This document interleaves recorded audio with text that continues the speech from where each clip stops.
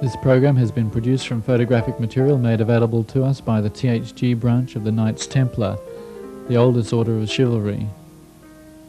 We are grateful to the order for trusting us with some of the most closely guarded secrets of all time. Millions of people have seen unidentified flying objects, UFOs or flying saucers. Many of these strange objects have been seen to be operated by human-like creatures.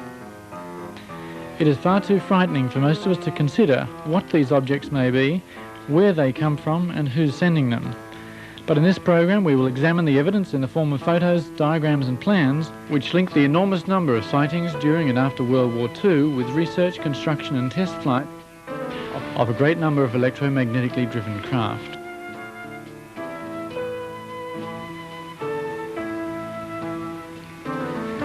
Some of these graphics are artists' impressions, but nearly all of what follows has been given to us as genuine material, which has been successfully kept secret for half a century.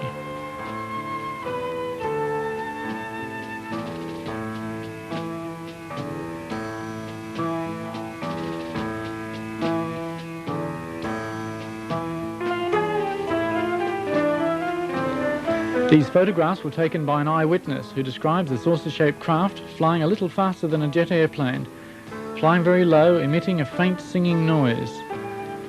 These photos were taken as it flew above him. The sighting was in Germany.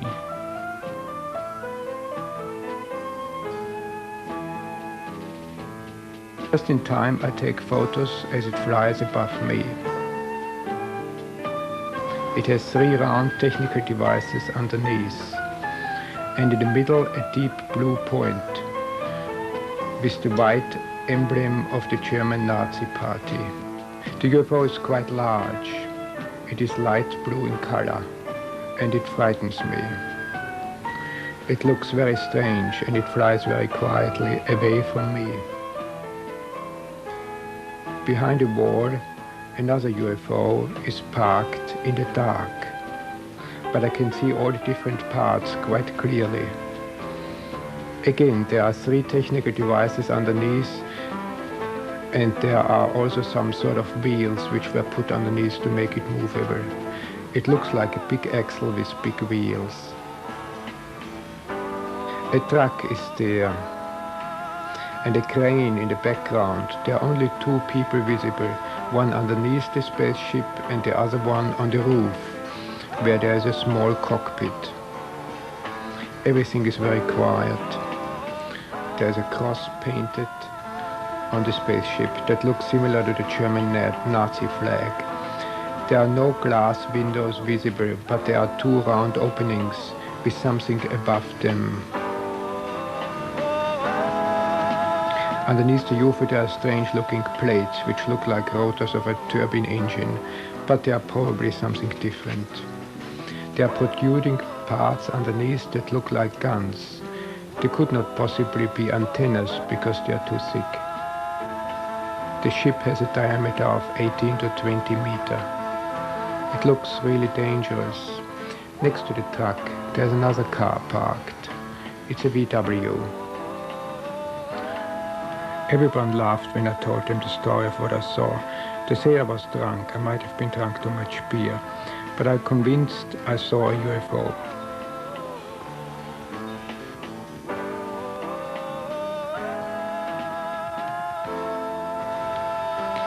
In the week following this UFO report, there were other reports also from Bavaria. For example, a petrol Bowser attendant who said he'd seen a UFO, but people accused him of being drunk and made fun of him. So to avoid further ridicule, he said he was just making a joke. UFO reports are difficult to believe. It's up to each person to form their own opinion and to consider the implications for themselves. On the 14th of December 1944, the New York Times published the first of the UFO news stories. Floating mystery ball is new Nazi air weapon. It was disclosed on December the 13th by the Supreme Headquarters of the Allied Expeditionary Force that a new German weapon made its appearance on the Western Air Front. American airmen report that they are encountering silver-coloured spheres in the air above German territory. The spheres are being encountered singly and in clusters. Sometimes they are semi-translucent. This report is suggestive of electromagnetically driven craft. These objects frequently appeared where German troops were concentrated in Northern Europe. Many ghost rockets were sighted, especially in Scandinavia and Norway.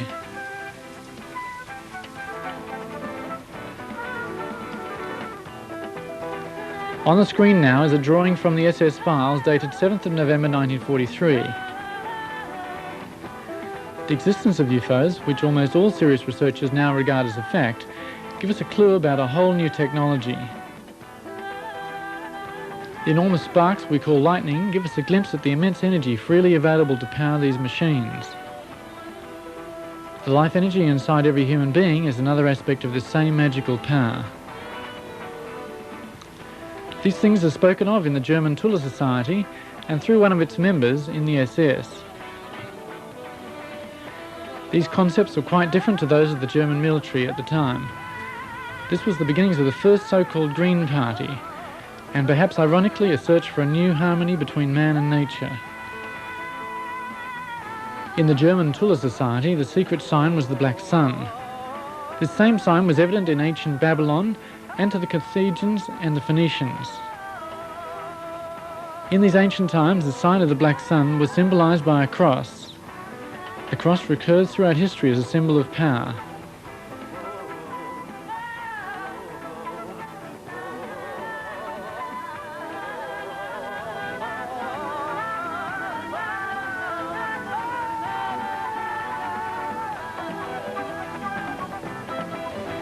This symbol can be seen in the swastika of the Third Reich.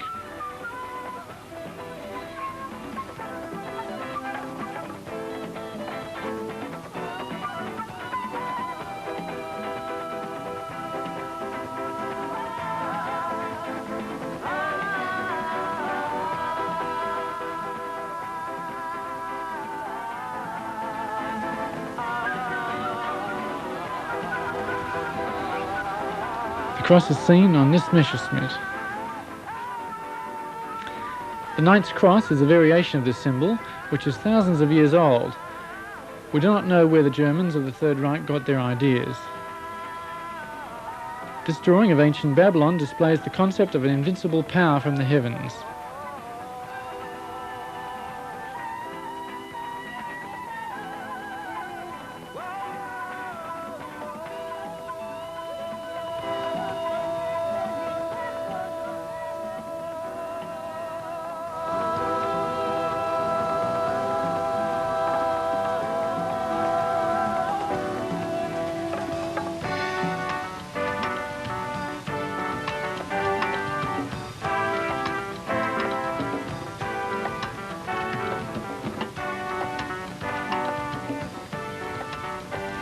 Victor Scharberger was one of the leading scientists in the very intense push for a new and clean energy.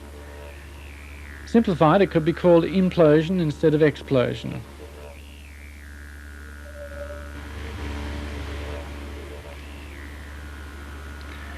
There was a group within the Third Reich who were searching for constructive solutions, not destructive ones.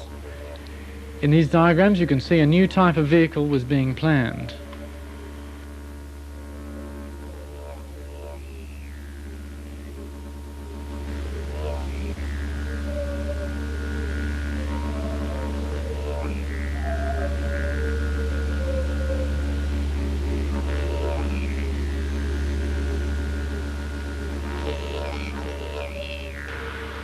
The normal combustion engines using fossil fuels in our cars are dependent on the explosion principle and hence tend to be destructive to the environment.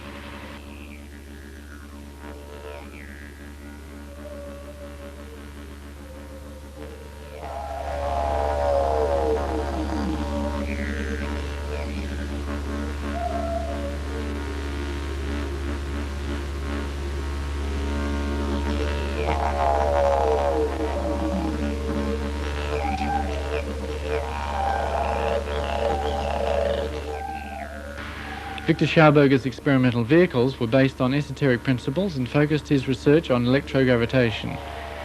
In other words, regarding gravity as an electrical force which can be utilized for propulsion. The U-13 department of the SS concentrated their efforts on this technique.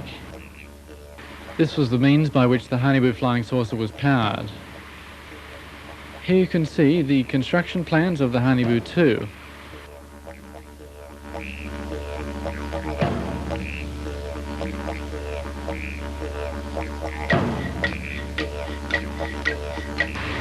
The computer graphic enhancement shows something of the look of these Hanibu flying saucers.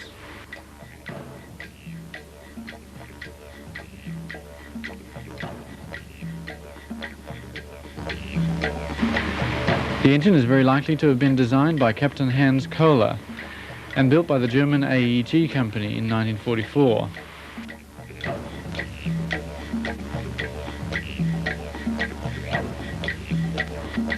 The engine being called the Kohler converter. This engine was designed so that it needed a relatively small amount of energy to activate it, this energy coming from an accumulator or battery. After a short time, the Kohler converter built up sufficient energy transformed from the gravitational field of the Earth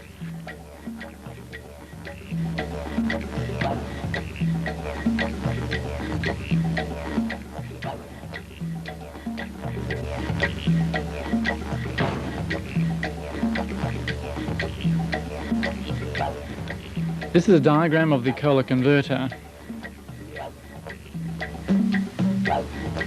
and this is a photograph of the actual converter, operating on a principle of genius simplicity. This is a preliminary sketch of the Hanibu 2. The cockpit here is outlined in red.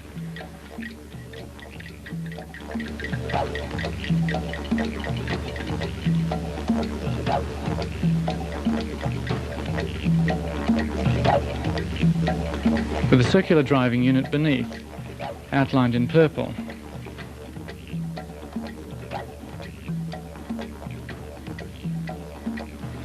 With adjacent space for people or soldiers. This machine was built somewhat like a modern ship, designed to be self-sufficient for long periods of time, with sleeping space and working area. Looking a bit like the brim of a hat, the saucer part of this machine is the means by which it is steered. This being achieved by emitting an electrically generated force in the chosen direction. There were a number of other spherical and saucer-shaped prototypes also built at this time, but using conventional rocket power. Under the code V7, a number of military prototypes were developed. These were concurrent with the V1 and V2 rocket developments. The Schreiber-Habimol flying machine was a jet-propelled vertical takeoff and landing craft developed in 1942.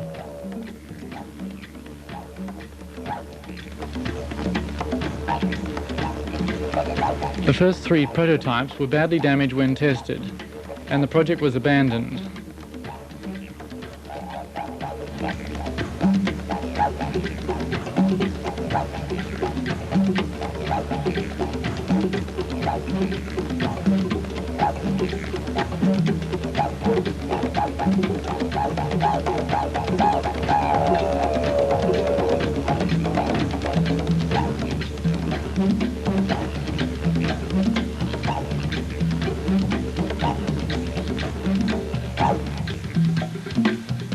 Dr. Richard Miti, in cooperation with the Italian researcher Dr. Giuseppe Belluzza, also worked on a flying machine which was round in shape, and developed a new V7 prototype.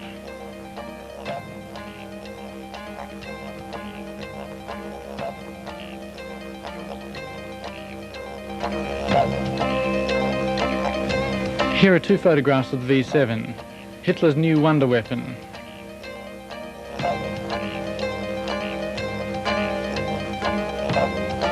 On the 7th of April 1944, Miti showed construction plans to Hitler and demonstrated the vehicle in flight. In this photograph, Hitler is standing next to a model of the new prototype.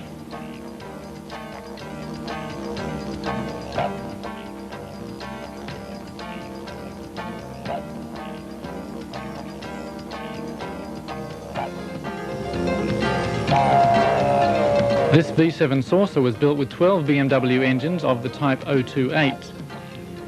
The V7 rose to 20,000 metres on the first test and 24,000 metres on the second test. Helium was the fuel used in this machine.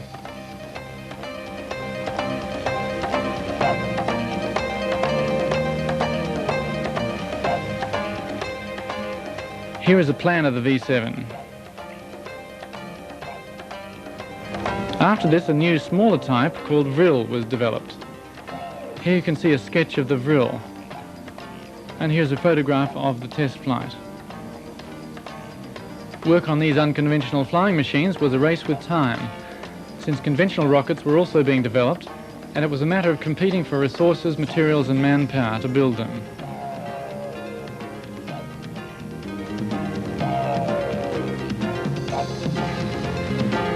These are some of the rockets being developed at this time.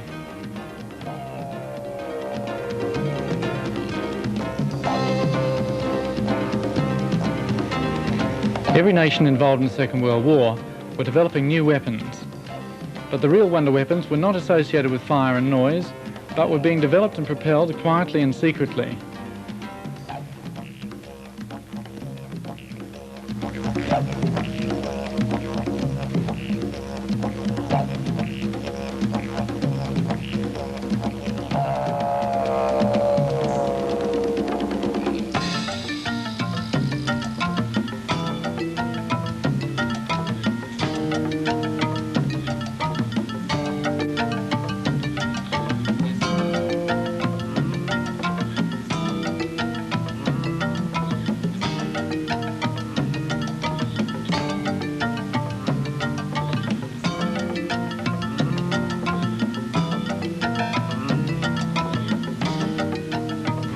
An intermediate step was Project Fireball. The Allied forces called them Foo Fighters. The fireballs were developed in Vienna Neustadt, a small town near Vienna, under the technical group of the SS. Here is a photograph of the fireballs in flight. These were radio controlled with no people on board. They were also called flying turtles, and due to certain new fuel combinations, they emitted a strong light.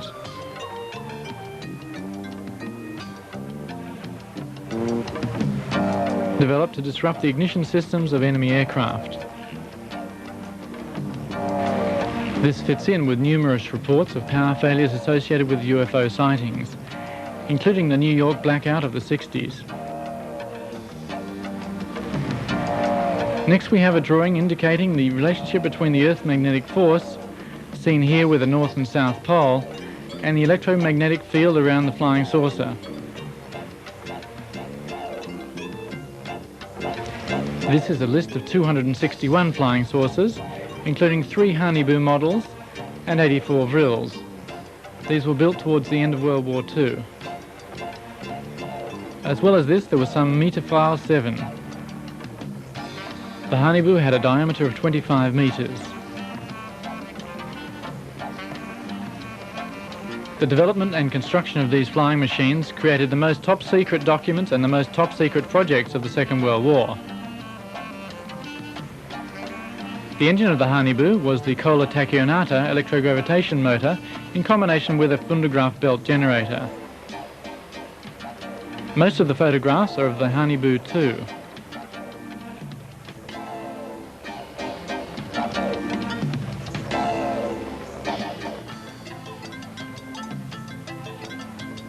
Here we see the rooms inside the Honeyboo.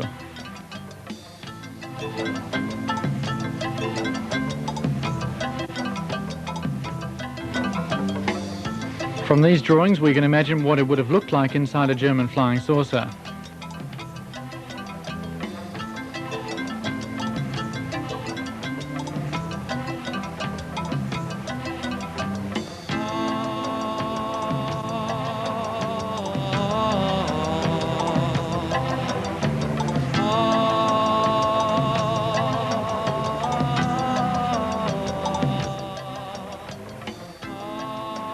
The red markers here are indicating guns on this saucer.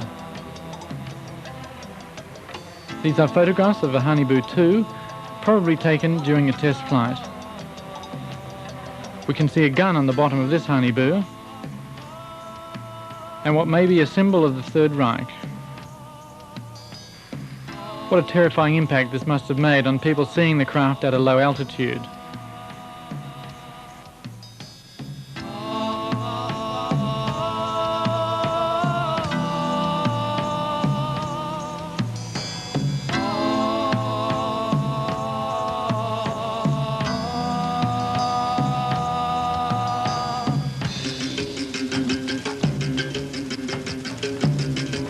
This is a tank gun on the bottom of a Hanibu.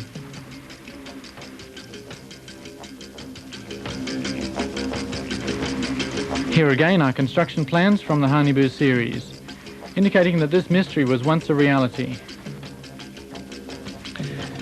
This gives weight to the suggestion that international oil companies, who control the majority of world commerce, may have something to gain by the continuing suppression of the technology which keeps these massive machines silently in the air.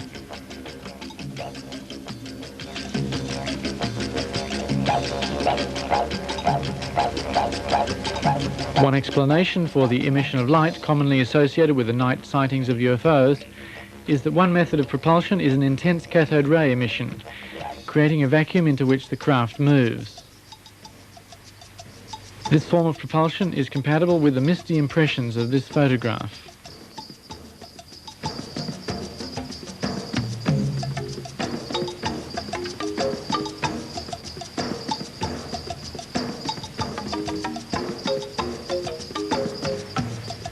The gun is clearly visible under this craft.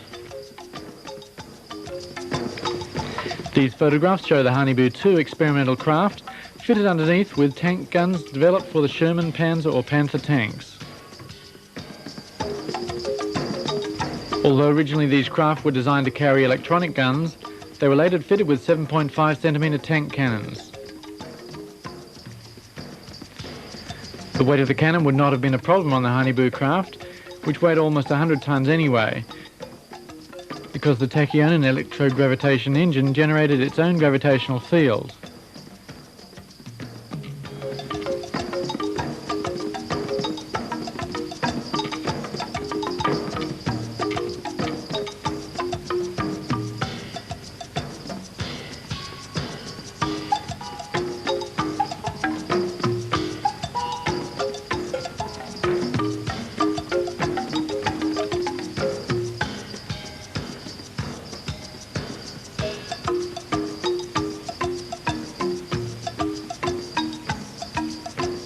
Plans have been discovered for much larger craft.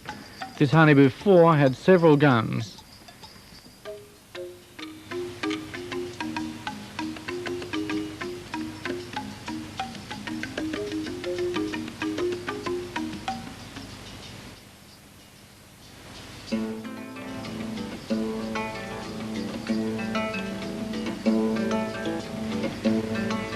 There is also evidence of small, highly manoeuvrable craft. There were 17 vril of 11.5 metres with a speed of 2,900 kilometres per hour with remote control gun. On this vril 9 plan we can see the cockpit of this one-man craft.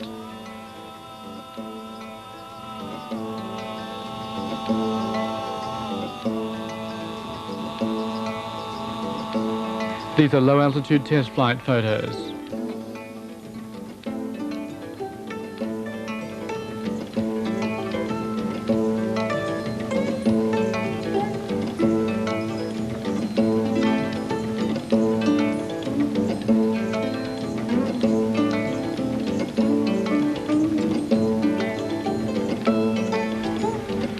On this enlargement we can see the pilot in the cockpit.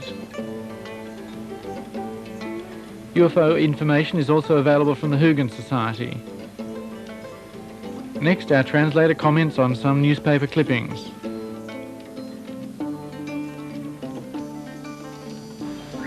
Here's an interesting press release. The first UFO flies in Prague.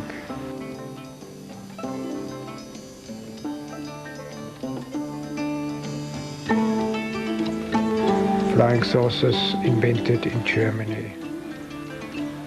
Reconstructed flying saucers. The questions if planet Earth is under the control of the UFOs is an interesting one. Is there a danger from an invasion from space? Above the river Elbe there was seen a mysterious flying saucer. There was a hunt for UFOs in Canada too.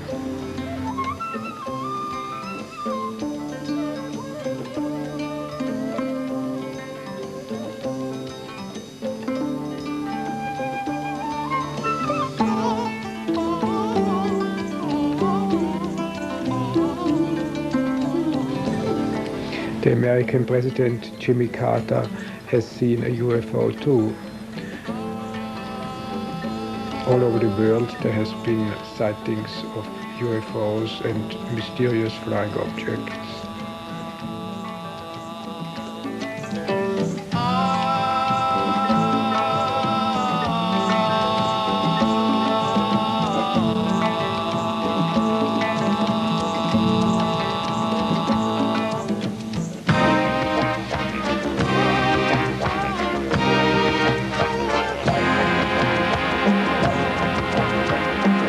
Mysterious UFO turns alarm at the NATO.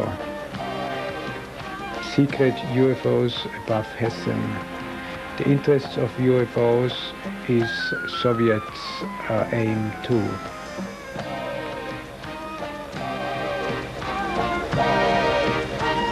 Edwin Aldrin, the second man on the moon, saw 7 UFOs and he was not allowed to talk about it.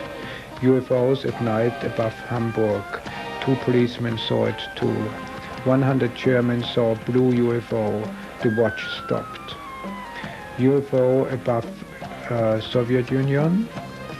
Nuremberg. Pilot hunts UFO. US secret documents prove UFOs caused atom weapons to be useless. Space pieces, a newspaper headline. The mystery of UFOs are solved. UFOs do not come from outer space, but are Nazis who want to create a new Reich. Governments of the world are informed but afraid. If there is a serious economic crisis, they are afraid the Nazis will come with their flying saucers.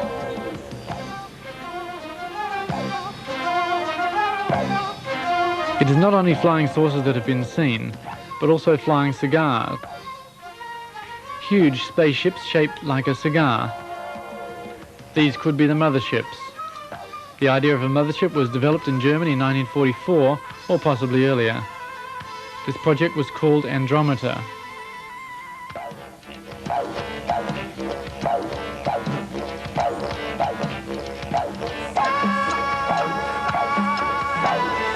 They were 109 meters long, powered by 4 Tula engines.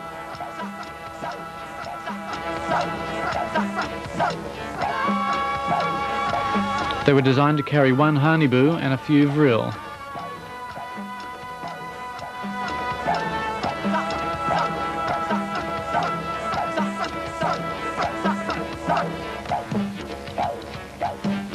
This is an example of a construction plan, very rarely seen.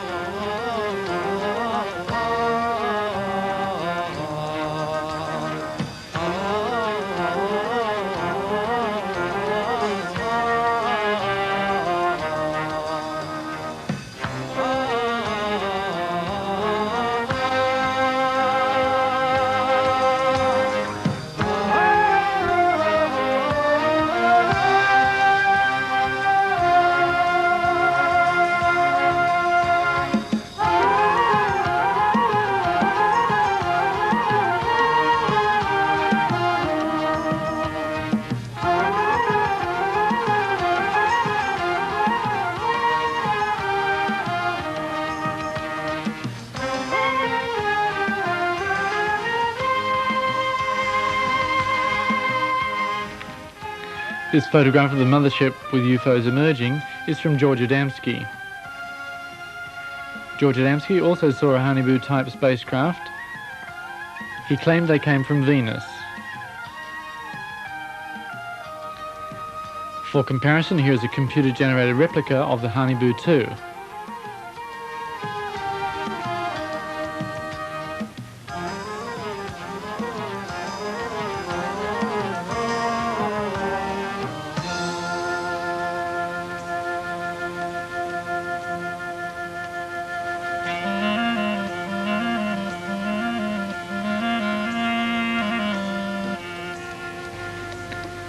This is a CIA paper from 1952 requiring all UFOs to be reported to the military. The CIA recommend to security advisors what information may go to the press in order to avoid panic. Almost all photographs from then on have been censored. About that time, a movie called Earth vs. Flying Saucers was released, but very soon disappeared. This had extraordinary special effects and has only recently turned up in local video stores. This German news clip is a report that an American farmer who witnessed the landing of a flying saucer claimed that the occupants spoke German. The farmer was arrested.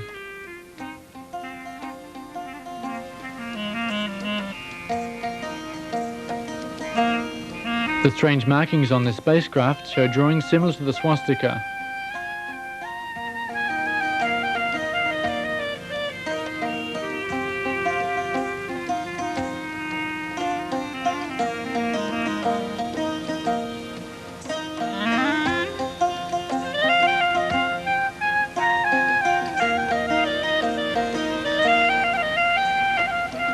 Adamski had a friend who also saw flying saucers landing. He was a relative of Winston Churchill. His name was Desmond Leslie. Adamski and Leslie were not arrested. From then on, saucers looking like a Honeybutu were thought to come from Venus. The origin of the many types of UFOs seen in almost every country on the planet remains a question.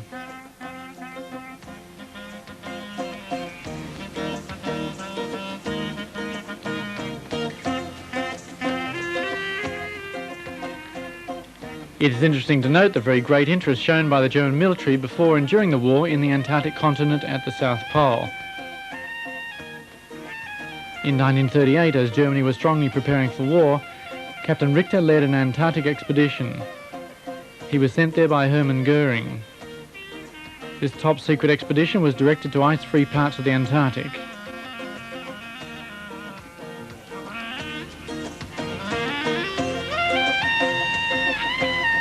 The German part of Antarctica was called Neuschwabenland.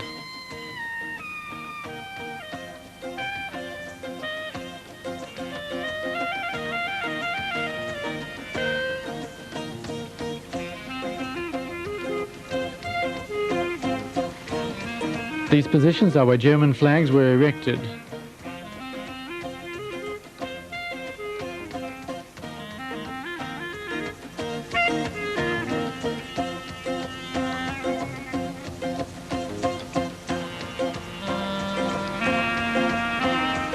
This is a document of gratitude signed by Hermann Goering.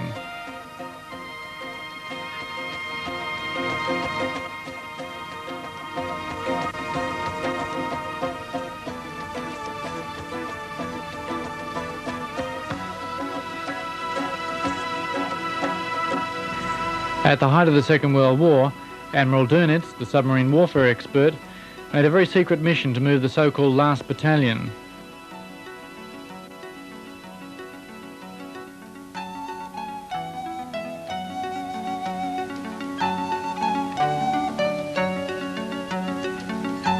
This is a list of nearly 100 U-boats which remain unaccounted for.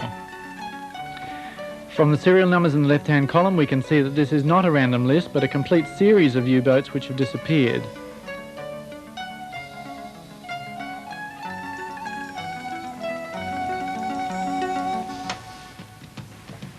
There is evidence of a number of secret bases in the Antarctic.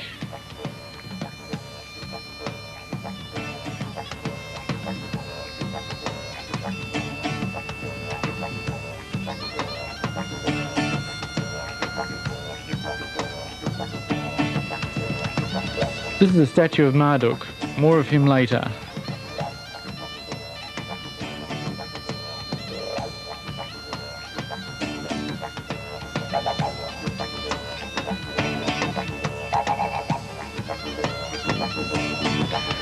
Admiral Karl Dönitz and a president of the Third Reich signed the surrender documents which ended World War II in May 1945. But they never surrendered the Third Reich itself. So officially Germany never surrendered. And this raises the possibility that there may still be German forces in the Antarctic.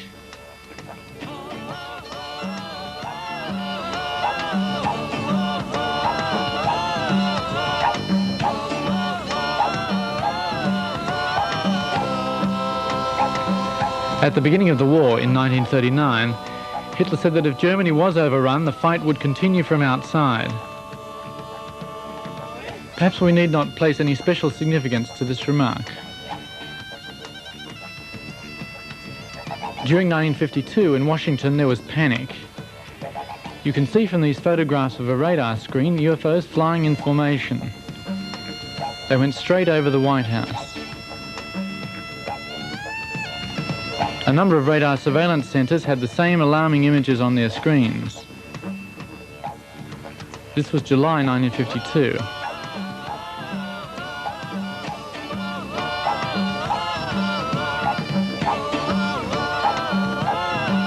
Some years prior to that, in 1946 and 1947, Admiral Byrd undertook a US Navy invasion of Antarctica disguised as a scientific expedition. It had the code name High Jump.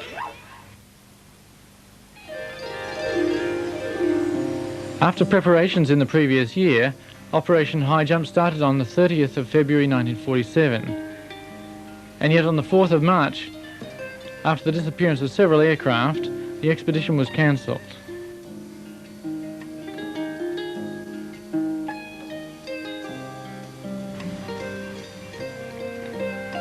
Although the details have never been published, Admiral Byrd said that objects were able to fly from one pole to the other, and it was necessary to defend ourselves against flying machines from the Antarctic.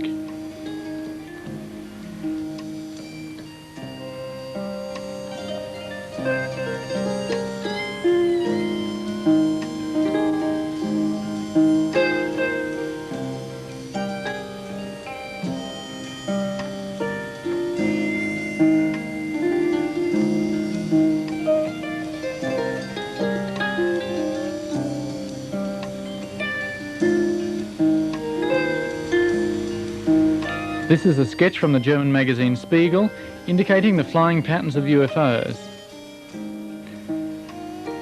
A New Zealand airline pilot, Bruce Cathy, observed similar patterns over New Zealand.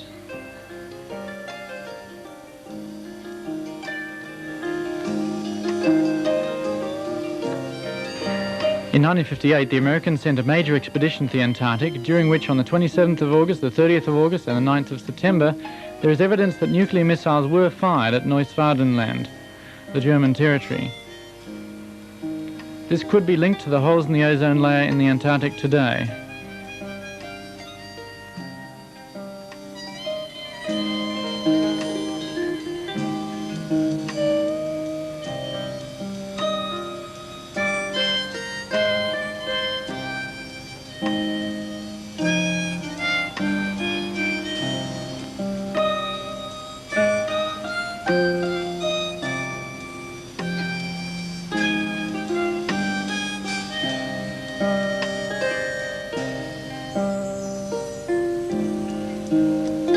There are parts of a report of a kamikaze operation being a joint German-Japanese expedition in the Hanibu 3 to the planet Mars.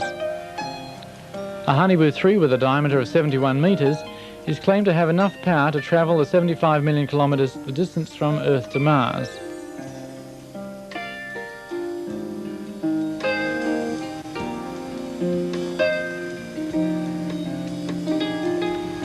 There is a 1945 report that the SS Department D4 decided to make this journey.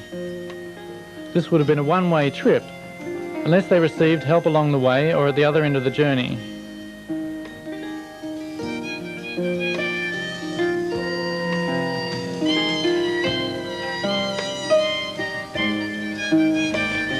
In this latter part of the war, the level of desperation was sufficient to try anything that could change the fate of Germany. The Hanibu 3 was supposed to reach Mars in 8.5 months, in January 1946. The Hanibu 3 was the only craft which had the speed to reach Mars, and yet if it did arrive, there's no evidence of a friendly welcome. These photographs of the surface of Mars show the bleak landscape that would have greeted these space travellers.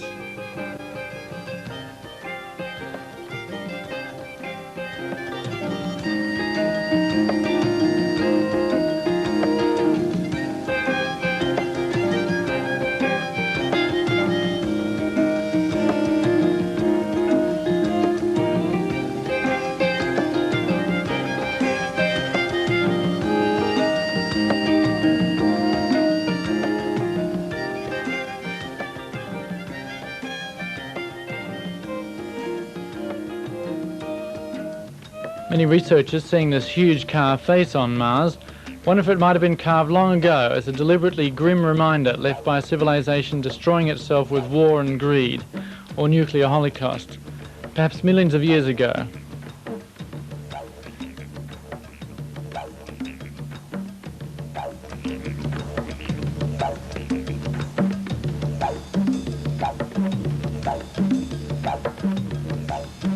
There is an old Egyptian legend of the god Marduk being sad about his home country, Mars. There are photographs of pyramids on Mars and of a ruined city the size of Los Angeles, complete with an underground grid system still emitting infrared or heat radiation.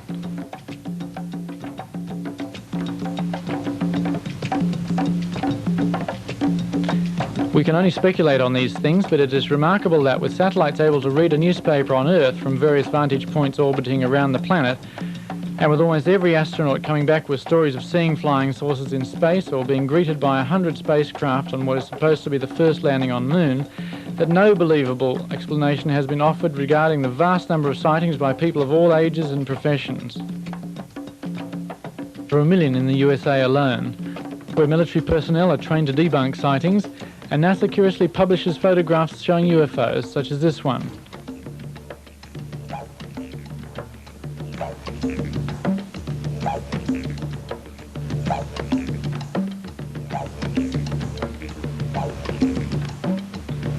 Whilst it makes little sense for armament manufacturers to create hundreds of thousands of nuclear bombs, enough to extinguish all life on this planet many, many times, there is likely to be more to this puzzle. And it may be one of the many vitally important realities which are kept secret by the powerful few.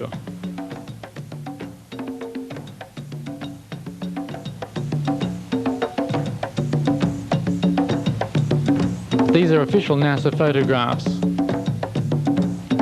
Exactly what is pictured remains uncertain. It is, however, worth mentioning a report in the highly regarded Australian magazine Nexus that a Russian spacecraft photographing Mars ceased transmission in the presence of a huge UFO.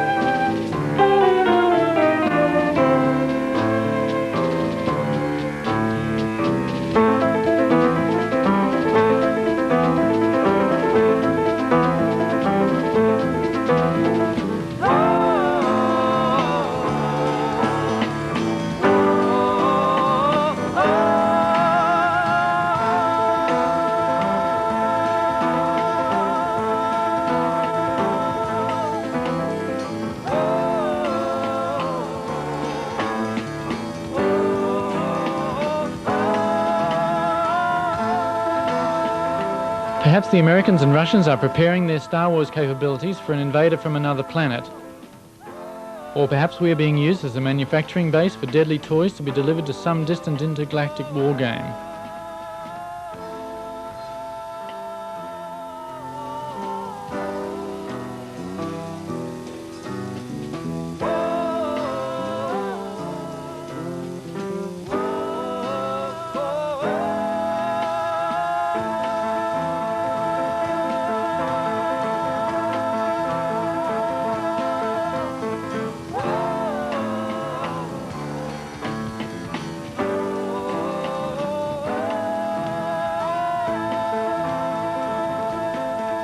Every ancient civilization has stories of space travellers in fiery chariots from the sky. These pictures show the legend of Marduk. Legends of Marduk and other space gods from the past usually include predictions that they will return. We are still left to guess whether the UFOs seen so often are evidence of visitors from outer space or examples of advanced anti-gravity craft made secretly on Earth in great numbers.